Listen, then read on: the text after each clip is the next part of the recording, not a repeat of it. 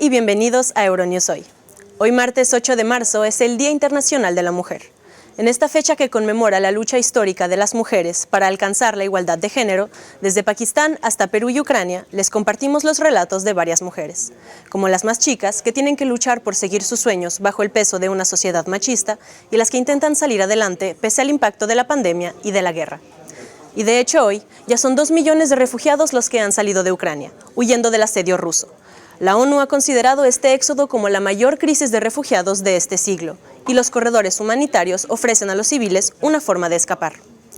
Por otra parte, el eco energético de la invasión rusa ha llegado hasta América Latina, pues con la subida del precio del petróleo mundial se ha abierto una ventana para el diálogo entre Estados Unidos y Venezuela. Todo esto y más en nuestro informativo de hoy. Comenzamos con nuestros titulares. Rusia avanza por el sur de Ucrania y el presidente de la ex república soviética acusa a Occidente de no hacer nada para evitar los bombardeos. Las refugiadas ucranianas celebran su Día de la Mujer más difícil tras haber tenido que huir de su país por la invasión rusa.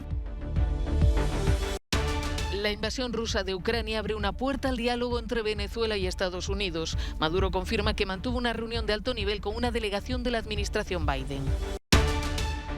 Según la Universidad Johns Hopkins de Estados Unidos, la pandemia se ha llevado ya por delante la vida de 6 millones de personas. Fútbol para enfrentarse al mundo sin miedo en Pakistán, la lucha de las niñas frente a los estereotipos.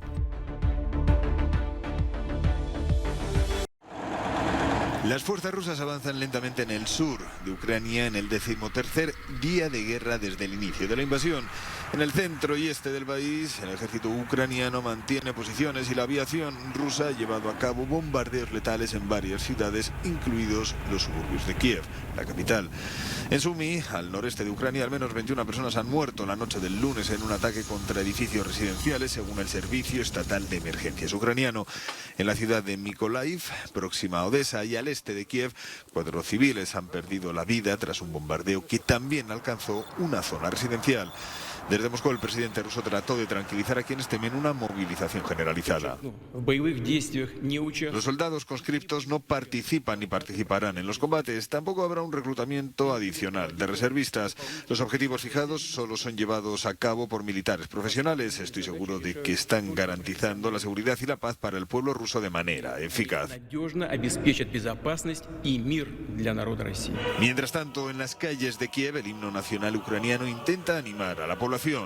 El presidente Volodymyr Zelensky ha enviado un mensaje sobre la negativa occidental de crear un espacio de exclusión aérea.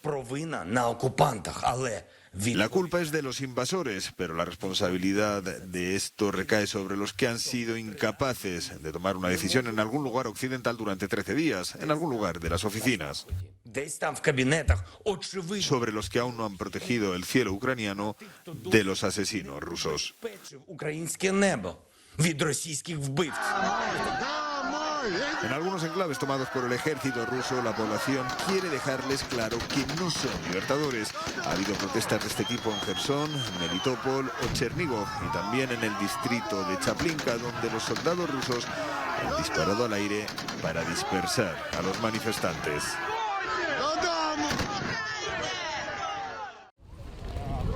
Polonia, Rumanía y Moldavia están recibiendo a los ucranianos que huyen de su país por el asedio ruso. La ONU ha considerado este éxodo la mayor crisis de refugiados de este siglo. Los diferentes territorios europeos tienen que reaccionar ante una situación que está cambiando constantemente. Los países fronterizos con la exrepública soviética están viendo cómo el número de personas que trata de escapar de la guerra se multiplica. La mayoría son mujeres y niños. Alrededor de 2 millones de personas ya han salido del país. La ONU está pidiendo a Rusia que permita la entrada de ayuda humanitaria a las numerosas ciudades donde se necesita con urgencia. Las ciudades ucranianas están sitiadas bajo un incesante bombardeo ruso. Los hospitales se están quedando sin suministro, los alimentos escasean y las víctimas civiles aumentan, mientras que los grupos más vulnerables, las personas con discapacidad, los ancianos y los niños, siguen soportando la peor parte del sufrimiento. Necesitamos un paso seguro para los suministros humanitarios en las zonas de hostilidades activas. Los civiles en lugares como Mariupol, Kharkov, Melitopol y otros lugares necesitan desesperadamente ayuda, especialmente suministros médicos para salvar vidas como los que la OMS ha traído estos últimos días. El gobierno polaco planea introducir un paquete de ayuda para financiar alimentos y alojamientos temporales y organizar el acceso a la atención sanitaria para los refugiados ucranianos. El Día Internacional de la Mujer coincide con las primeras jornadas como refugiadas de cientos de miles de mujeres ucranianas. Son aproximadamente la mitad de los 2 millones de personas que han huido de la invasión rusa. Con un pequeño equipaje dejan atrás toda una vida. ¿Qué se puede decir? En general, estoy como en un sueño terrible que no cesa. Estaría en una especie de abstracción si no fuera por mi hija. No sería capaz de recobrar el sentido común. Lo dejamos todo, mi familia, mis amigos, todo lo que vivimos, todo queda atrás. Me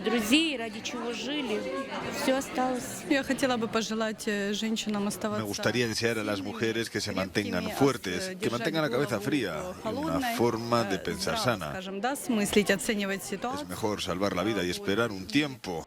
Las mujeres ucranianas son las más fuertes de espíritu. Todo irá bien. Creemos en ello.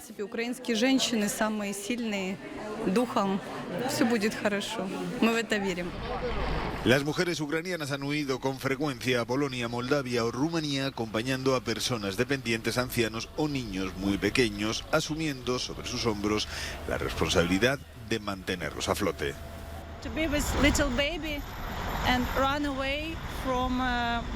Estar con un bebé pequeño, huir de mi familia, de mi marido, de mi hermana y de mis padres es muy duro porque estoy sola aquí y no tengo apoyo porque mi familia sigue en Kiev y sigue viviendo en la guerra.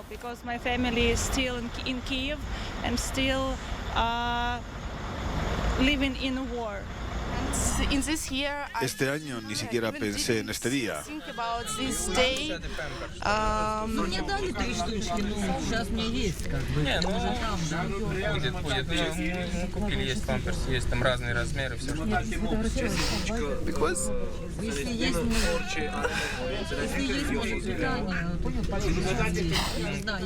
Estos días fueron realmente horribles.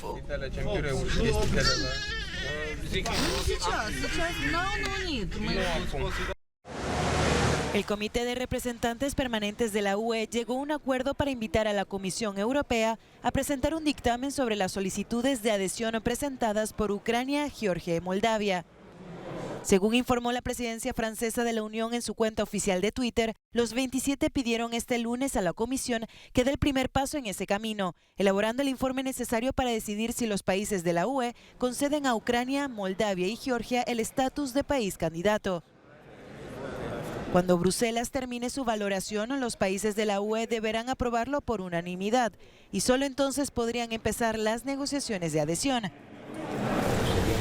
El presidente de Ucrania, Volodymyr Zelensky, firmó la petición de adhesión al bloque comunitario la semana pasada, como parte de la respuesta a la invasión que Rusia inició el 24 de febrero. Moldavia y Georgia siguieron sus pasos acto seguido, ante el temor a Moscú. Lo que ha sido también el esfuerzo. La invasión rusa de Ucrania y la subida del precio del petróleo mundial han abierto una insólita ventana para el diálogo entre Estados Unidos y Venezuela. El presidente venezolano Nicolás Maduro confirmó que ha mantenido una reunión de alto nivel con una delegación del gobierno estadounidense. Tuvimos una reunión, yo podría calificarla de respetuosa. La hicimos en el despacho presidencial principal, en el despacho número 1. Ahí estaban las banderas de Estados Unidos y de Venezuela y se veían bonitas. Y yo ratifico, como le dije a la delegación, toda nuestra voluntad para desde la diplomacia, desde el respeto y desde la máxima esperanza de un mundo mejor, nosotros poder avanzar en una agenda que permita el bienestar y la paz. Según la portavoz de la Casa Blanca, la reunión estuvo centrada en cuestiones energéticas. En lo que se refiere a Venezuela, el propósito del viaje fue tratar una serie de temas, incluyendo ciertamente la seguridad energética, pero también se habló de la salud y el bienestar de los ciudadanos estadounidenses detenidos. Este primer contacto entre Washington y Caracas, después de años de choques frontales y con las relaciones rotas desde 2019, se produce en el contexto de la escalada de precios del petróleo por la invasión rusa de Ucrania. Venezuela fue en el pasado un importante suministrador de crudo a Estados Unidos. Ahora, en plena crisis energética, la Casa Blanca vuelve a mirar con interés al país suramericano. Este es el oro negro de Venezuela. Algunos inversores estadounidenses han pedido a la administración de Joe Biden que levante las sanciones contra Venezuela. Sin embargo, desde la oposición republicana acusan al gobierno de querer reemplazar el petróleo que compraba Putin por el de Maduro, tachando a ambos de dictadores asesinos. Para Washington, un acercamiento a Caracas podría servir también como medio para romper la alianza estrecha entre el gobierno ruso y el venezolano. El conflicto en Ucrania tiene repercusiones hasta en República Dominicana. El presidente del país, Luis Abinader, anunció un proyecto de ley para hacer frente a la subida de precios que ha provocado esta guerra. Para ello, Abinader afirmó que eliminará los aranceles de los productos más importantes de la cesta de la compra y que subsidiará el precio del combustible.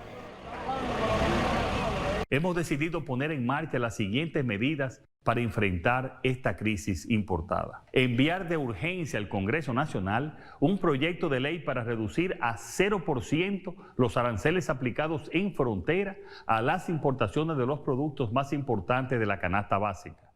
El gobierno mantendrá un subsidio a los combustibles siempre y cuando el indicador del barril WTI esté por encima de $85 y por debajo de 115, es decir, entre los 77 y los 105 euros. Además, también aumentará el programa de subsidio directo al sector del transporte para evitar el incremento de los precios en el transporte público.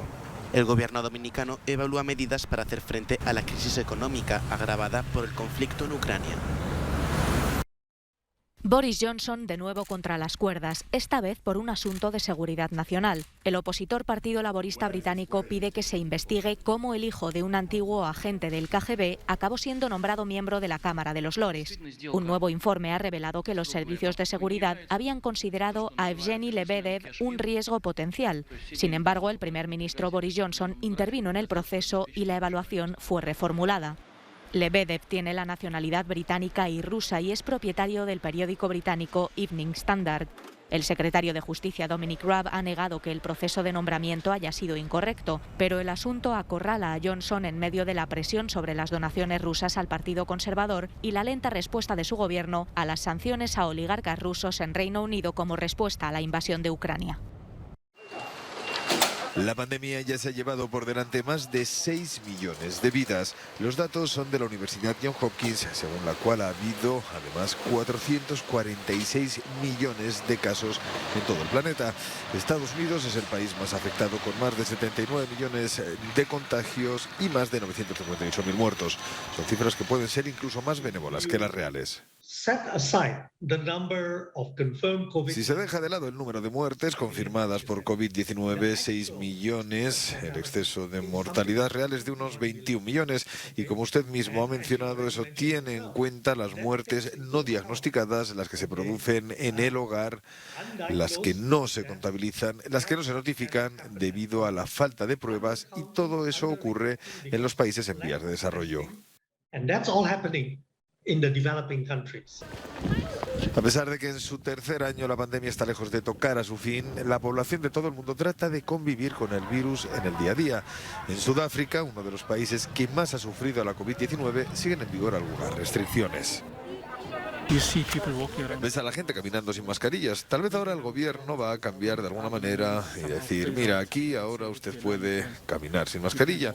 Y tal vez los que están vacunados se pregunten, ¿por qué tengo todas estas reglas de distanciamiento social, las mascarillas y cosas por el estilo? Así que queremos vivir nuestra vida, queremos recuperar nuestras vidas. El semanario The Economist considera que la cifra de fallecidos real podría ser de 24 millones de personas. El mejor antídoto sigue siendo la vacuna. El 64% de la población mundial ha recibido al menos una dosis.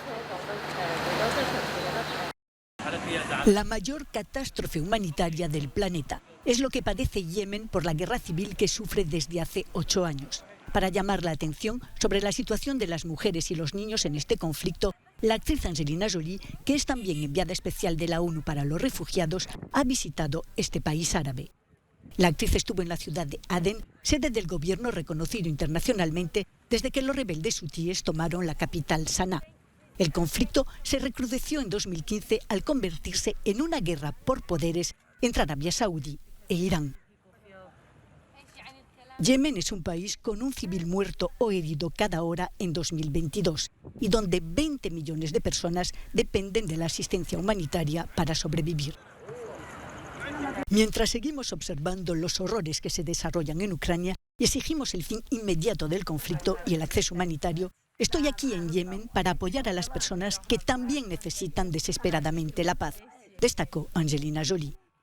De no llegar la ayuda humanitaria, miles de personas están en peligro de muerte, según la ONU.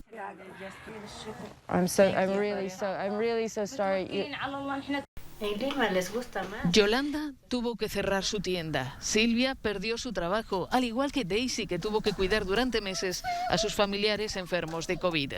Los relatos de estas 3 peruanas ejemplifican el fuerte impacto provocado por la pandemia en la vida de millones de mujeres latinoamericanas, que no solo se quedaron sin ingresos por los cierres económicos, sino que además se vieron obligadas a quedarse en casa para ocuparse de sus hijos cuando cerraron los colegios y de las personas de su entorno contagiadas por el virus. Una pandemia que ha exacerbado las desigualdades de género en toda la región.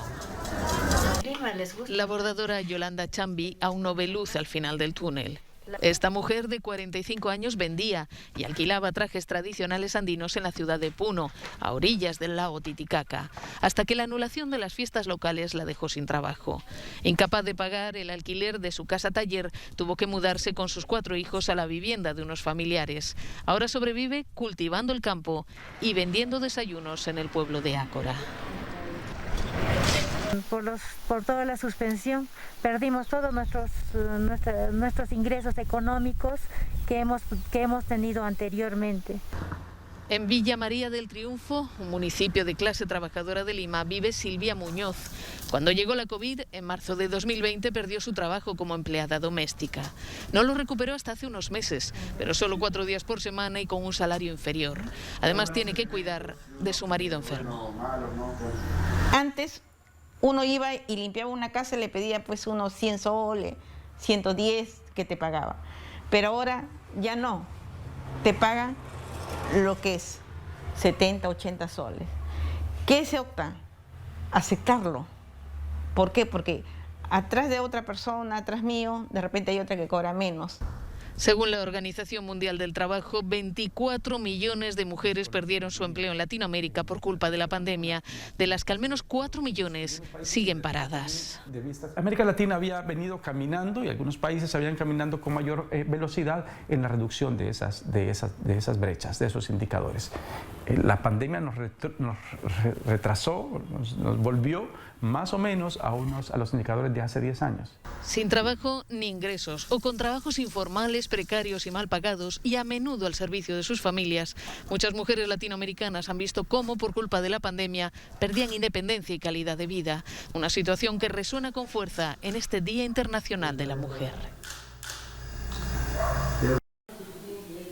Cuando Meher Janabdul Jabbar se mira al espejo, ve a la futbolista internacional en la que quiere convertirse. Sin embargo, sueños como este no les están permitidos a las mujeres en Pakistán. Pese a todo, a sus 15 años, está sirviendo de inspiración para las jóvenes de su ciudad, Karachi, con el apoyo de su madre. Kalsum sufrió la violencia de su marido, le quemó la cara y medio cuerpo con ácido y las abandonó cuando su hija tenía 2 años. La gente puede decir lo que quiera, no me importa. Después de lo que he pasado en mi vida, quiero que mis hijos, especialmente las niñas, puedan enfrentarse al mundo sin miedo. Nadie en la sociedad se ocupa de mí o de mis hijos, pero nosotros sí nos enfrentamos a las críticas sociales.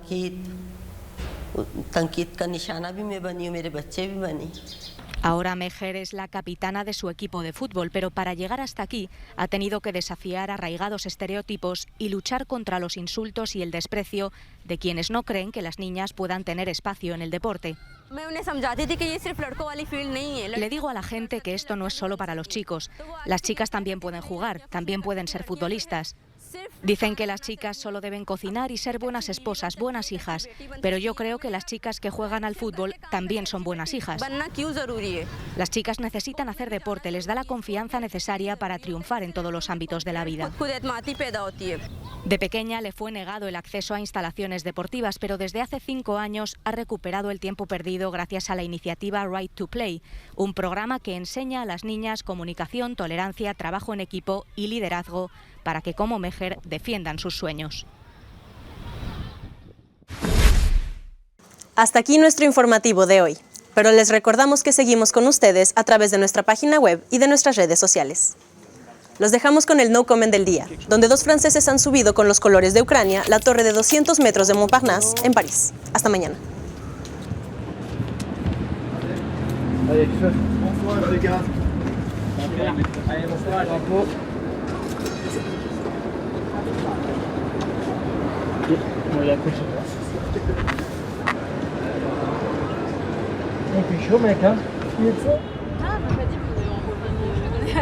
Bah ouais, mais qu'est-ce qu'on fait là? Tu fais, comment tu ramènes un tel?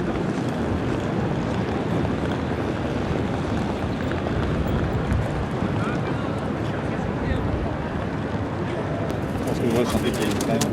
Moi je vous souhaite un bon courage, bonne journée. Je vais aller.